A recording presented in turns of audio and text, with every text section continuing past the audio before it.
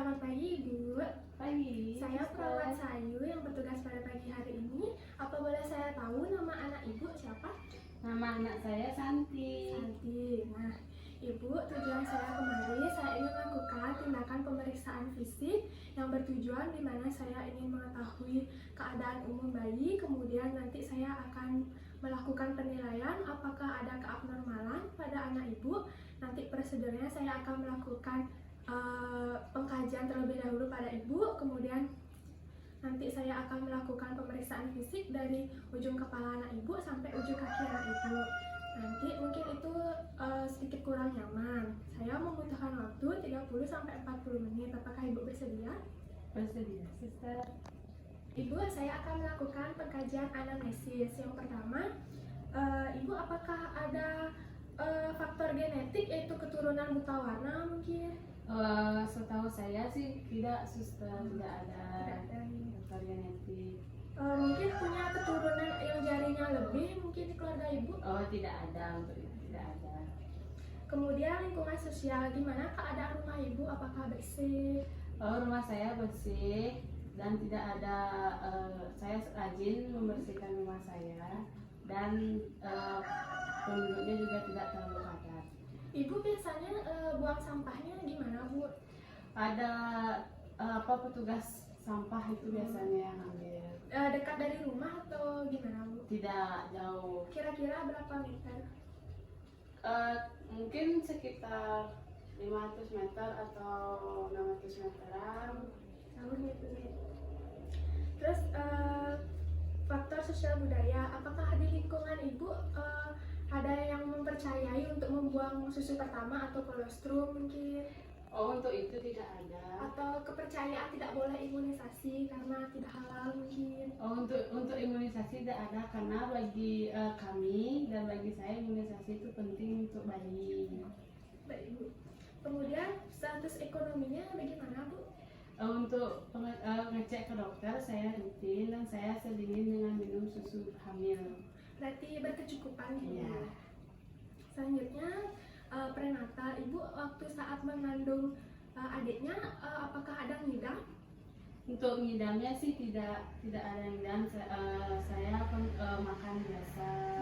Apa aja biasanya makan? Sayur, buah, lebih gini daging. Minumnya gimana, Bu? Minumnya baik.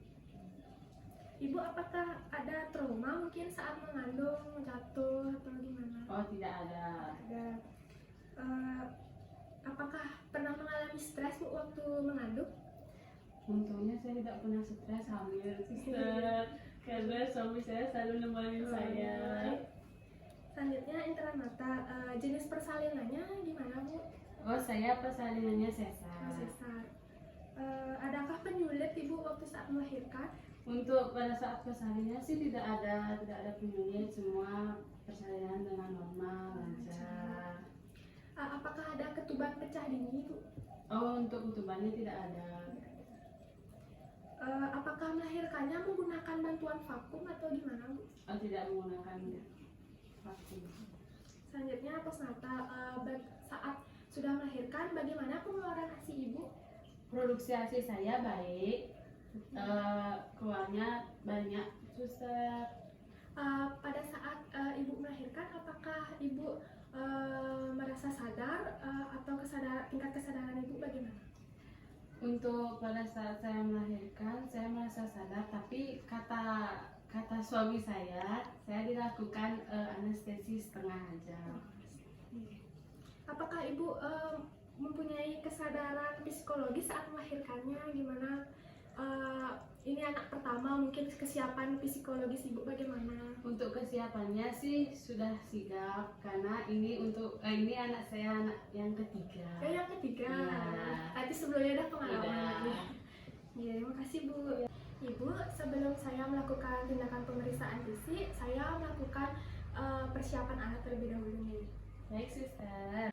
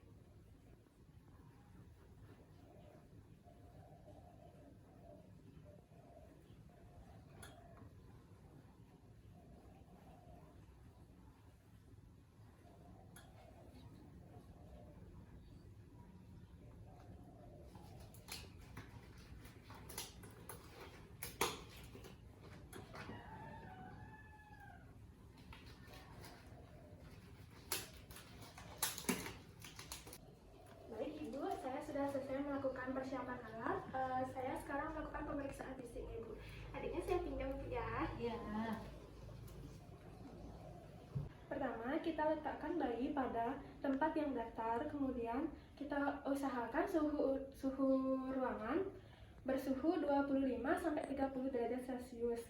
Kemudian hindari adanya penggunaan AC atau kipas angin. Selanjutnya kita melakukan pemeriksaan keadaan umum bayi. Yang pertama, Apgar score. Yang pertama, appearance atau warna kulit. Warna kulit adiknya berwarna pink atau skornya 2. Kemudian pulse atau denyut nadi adiknya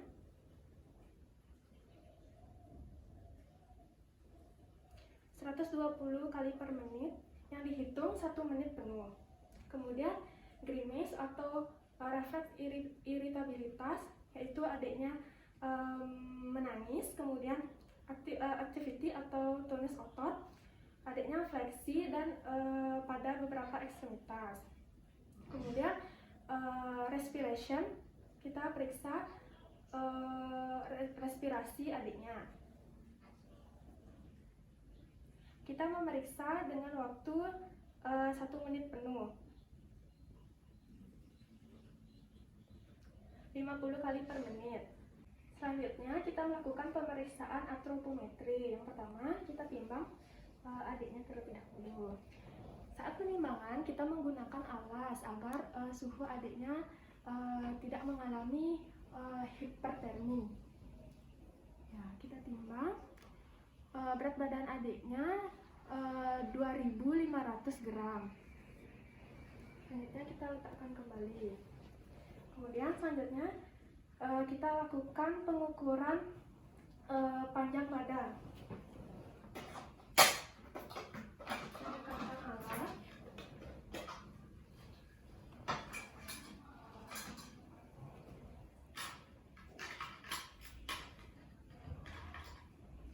Pertama kita ukur panjang badan adiknya.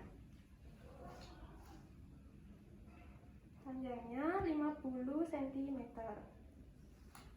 Kemudian selanjutnya kita melakukan pengukuran pada kepala adiknya.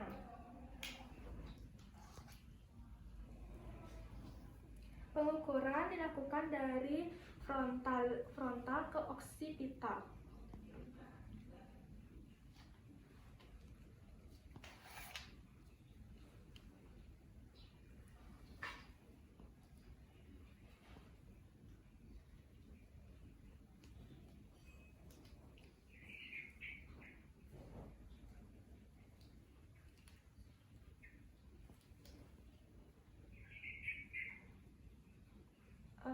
Lingkar kepalanya 33 cm. Nah, saya akan melakukan pengukuran pada lingkar dada.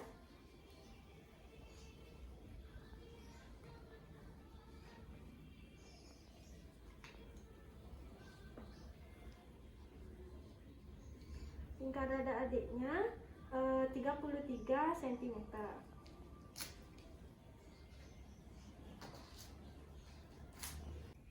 Selanjutnya kita melakukan pengukuran lengan atas bayi. Yang pertama kita ukur dari akromion ke alekranon. Kranon itu 6 cm. Kemudian kita cari garis tengahnya itu 3 cm. Kemudian kita lihat ukur lengan atasnya itu 9,5 cm. Selanjutnya kita melakukan pemeriksaan tanda-tanda vital. Yang pertama kita ukur suhu adiknya terlebih dahulu.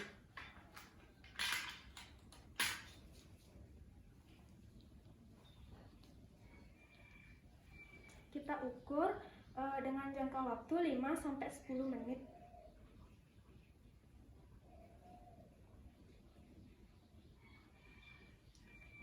Suhunya 36,5. Selanjutnya kita melakukan pemeriksaan denyut jantung.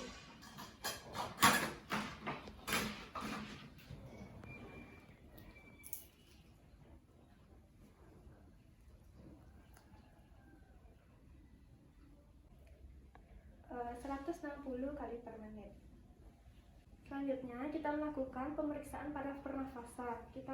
Pada saat memeriksa pernafasan waktunya 1 menit full.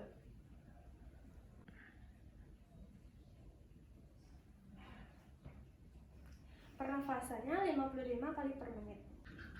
Selanjutnya kita melakukan pemeriksaan head to toe yang dimulai dari kepala. Yang pertama kita lihat raba garis sutura atau fontanel. Tidak ada kelainan, kemudian tidak ada kelainan atau hidrosefalus, kemudian tidak ada bekasnya luka atau tidak adanya trauma bekas vakum. Selanjutnya kita melakukan pemeriksaan pada mata adik. Yang pertama kita observasi matanya, matanya simetris, kemudian tidak ada darah atau cairan yang keluar, kemudian tidak ada strabismus atau juling, kemudian konjungtivanya kita periksa, terlihat merah muda, skleranya juga, kemudian kita periksa refleks Ewing refleks.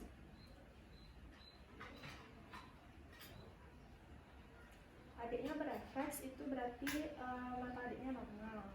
Kemudian kita selanjutnya melakukan pemeriksaan telinga. Kita lihat kesimetrisan antara telinga kanan dan telinga kiri.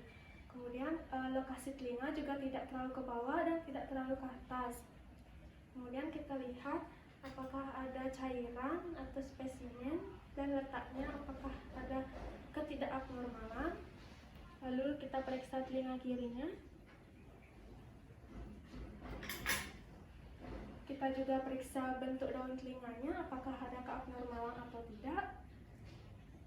Selanjutnya kita melakukan pemeriksaan pada hidung adiknya. Yang pertama kita observasi dulu hidungnya, lubang hidung kanan dan kiri itu simetris, kemudian tidak adanya septum defisiasi atau tulang hidung yang bengkok. Kemudian kita lihat apakah ada pengeluaran cairan atau darah, tidak ada nafas cuping hidung juga. Kemudian selanjutnya kita melakukan pemeriksaan pada bagian bibir atau mulut adik.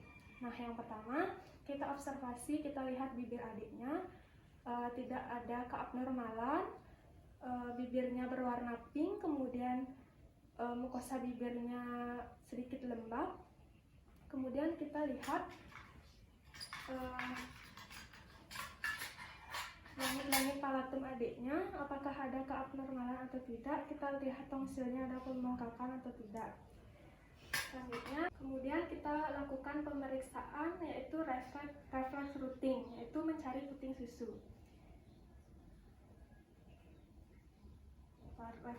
Refleks routingnya baik, kemudian kita melakukan pemeriksaan refleks suckling atau menghisap. Refleks menghisapnya baik, kemudian kita melakukan pemeriksaan refleks swallowing atau menelan. Selanjutnya kita melakukan pemeriksaan pada leher. Leher bayi itu umumnya terlihat lebih pendek dari leher orang dewasa. Kemudian kita lihat apakah ada trauma pada leher adiknya, dan kemudian kita juga lihat apakah ada benjolan atau tidak. Ini kita sudah lihat tidak ada benjolan. Kemudian kita lihat apakah ada pembengkakan kelenjar tiroid, ini tidak ada ya. Selanjutnya kita akan menggunakan pemeriksaan refleks asimetrik tonic neck. Nanti kepala adiknya saya arahkan ke sebelah kiri. Refleks yang normal, tangan pada ekstremitas kanan dan atas, kanan atas dan bawah akan fleksi. Kemudian ekstremitas yang kiri akan fleksi, yang atas dan bawah akan fleksi. Nah, refleks asimetri tonic neck-nya baik. Selanjutnya kita melakukan pemeriksaan pada dada. Yang pertama kita inspeksi kesimetrisan dada kanan dan kiri. Kemudian kita lihat puting susunya itu normal, simetris. Selanjutnya kita periksa itu cordisnya. Itu cordis terletak pada mid clavicula sinistra itu di antara ICS 4 dan ICS 5. Selanjutnya kita melakukan pemeriksaan auskultasi pada paru-paru adiknya dan jantungnya.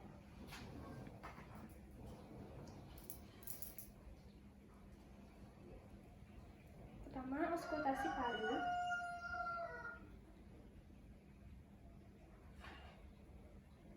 Suaranya vesikuler. Kemudian kita auskultasi suara jantung. Suara jantungnya S1 S2 lubduk, jika didokumentasikan tunggal reguler. Selanjutnya frekuensi nafas adiknya tuh lebih dari 80 kali per menit. Kemudian respirasi dadanya itu tidak ada. Kemudian adanya cyanosis itu tidak ada. Kemudian udara yang masuk itu ada. Kemudian adanya merintih, adiknya tidak ada merintih. Selanjutnya saya akan melakukan tindakan pemeriksaan bahu, lengan, dan tangan adiknya. Yang pertama, kita dekatkan tangan kanan dan kiri, kemudian kita periksa kesimetrisan panjang tangan kanan dan kiri.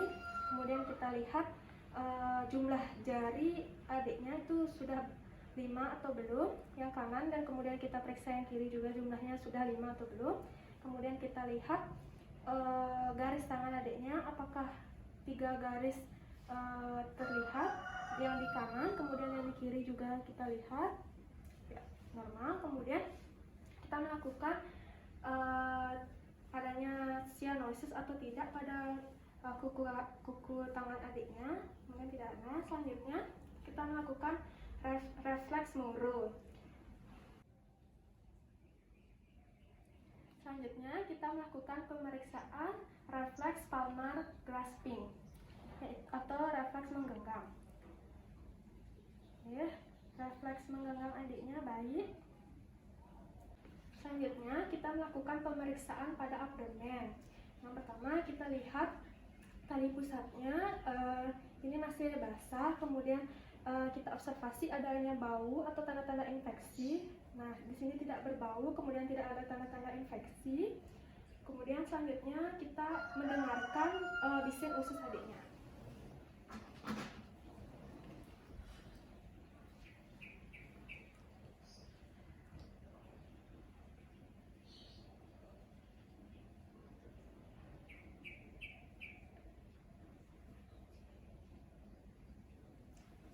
Bising usus adiknya 8 kali per menit.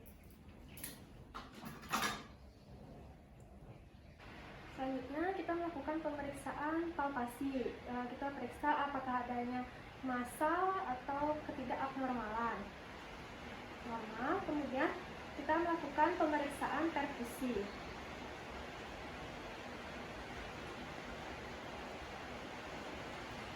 Suara yang dihasilkan timpani. Selanjutnya kita melakukan pemeriksaan genitalia. Nah, adiknya ini jenis kelaminnya perempuan, jadi kita melakukan pemeriksaan pada bayi perempuan.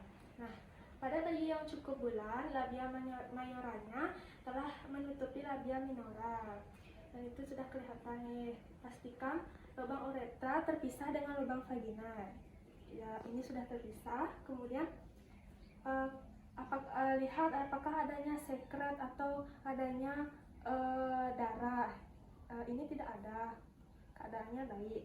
Selanjutnya kita melakukan pemeriksaan tungkai dan kaki. Yang pertama kita luruskan kaki adiknya, kita observasi kesimetrisan panjang kaki adiknya apakah sama. Kemudian kita juga hitung jumlah kaki adiknya apakah sudah ada 5. Yang kaki kiri juga kita hitung apakah sudah ada 5. Kemudian apakah bergerak secara bebas. Selanjutnya kita melakukan pemeriksaan refleks Babinski. Terlihat kaki adiknya mengarah ke atas, itu menandakan adiknya merasa refleks, dan itu artinya normal. Selanjutnya saya melakukan pemeriksaan spinal. Nah, kita balikkan adiknya terlebih dahulu. Nah, kita observasi apakah adanya tanda lahir atau ruam-ruam merah atau adanya pembengkakan. Kemudian kita juga lihat bulu-bulu atau rambut-rambut halus kecil. Kemudian selanjutnya kita melihat adanya keabnormalitasan medula spinalis atau kolumna vertebral. Kemudian setelah itu kita balikkan adiknya lagi. Selanjutnya saya akan melakukan pemeriksaan anus. Kita angkat kakinya terlebih dahulu. Nah, kita lihat apakah ada keabnormalan pada anus adiknya, apakah lubang anus ada, apakah ada pembengkakan di sekitar daerah anus, kemudian apakah mekronium sudah keluar atau belum. Ini keadaannya mekroniumnya belum keluar. Selanjutnya kita akan melakukan pemeriksaan kulit. Nah, perhatikan kondisi kulit bayi adiknya, apakah warnanya pink, terus kita lihat apakah ada ruam, pembengkakan, turgor kulit. Kemudian kita periksa adanya tanda lahir, ini tidak ada tanda lahir nih. Kemudian perhatikan adanya vernik caseosa, kemudian adanya lanugo, dan jumlahnya banyak atau kurang bulan. Selanjutnya screening risiko trauma kulit. Usia gestasinya 38 minggu.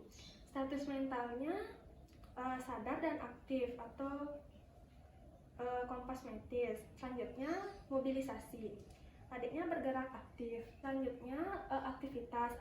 Adiknya berada di dalam box terbuka. Kemudian nutrisinya, bayi dapat menyusui langsung atau menggunakan botol setiap kali minum.